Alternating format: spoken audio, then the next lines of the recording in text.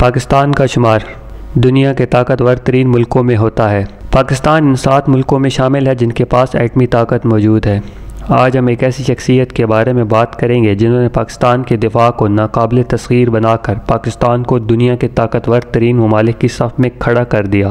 جی ہاں، آج ہم مرحوم ڈاکٹر عبدالقدیر خان کی زندگی کے بارے میں بات کریں گے۔ ڈاکٹر عبدالقدیر خان 1 اپریل 1936 کو بھوپال میں پیدا ہوئے، جو اس وقت کے برطانوی ہندوستانی شاہی ریاست بھوپال میں تھا اور اب مدھیہ پردیش کا دارالحکومت ہے۔ ان کا خاندان پشتون نژاد ہے۔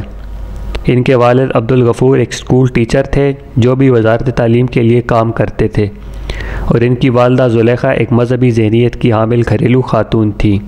ان کے بڑے بہن بھائی خاندان کے دیگر افراد کے ساتھ 1947 میں ہندوستان کی خونی تقسیم کے دوران پاکستان ہجرت کر آئے تھے۔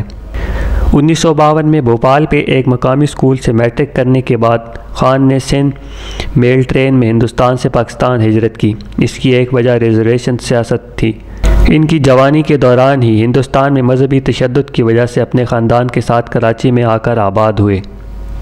خان نے جامعہ کراچی میں منتقل ہونے سے پہلے ڈی جے سائنس کالج مختصر طور پر تعلیم حاصل کی، جہاں انہوں نے 1956 میں فزکس میں بیچلر آف سائنس میں BSc کیا۔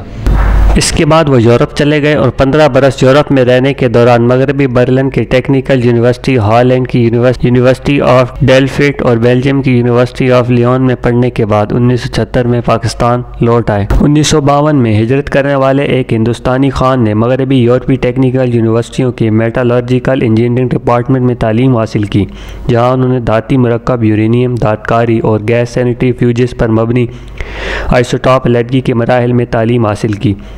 1976 میں بھارت کے اسمائلنگ بورڈ ایٹمی تجربے کے بارے میں جاننے کے بعد خان نے 1976 میں خان ریسرچ لیبارٹری KRL کی بنیاد رکھی، جو جوہری ہتھیار تیار کرنے کی اپنی قوم کی خفیہ کوششوں میں شامل ہوئے اور کئی سالوں تک اس کے چیف سائنسدان اور ڈائریکٹر رہے۔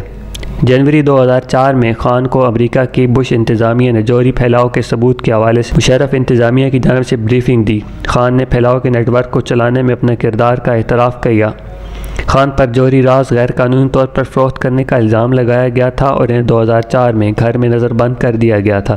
جب انہوں نے الزامات کا اعتراف کیا تھا، اس وقت صدر پرویز مشرف نے انہیں معاف کر دیا تھا۔ سالوں کی نظر بندی کے بعد خان نے کامیابی کے ساتھ وفاقی حکومت پاکستان کے خلاف اسلام آباد ہائی کورٹ میں ایک مقدمہ دائر کیا، جس کے فیصلے نے ان کی ڈیبیئرنگ کو غیر آئینی قرار دے دیا اور 6 فروری 2009 کو انہیں رہا کر دیا گیا۔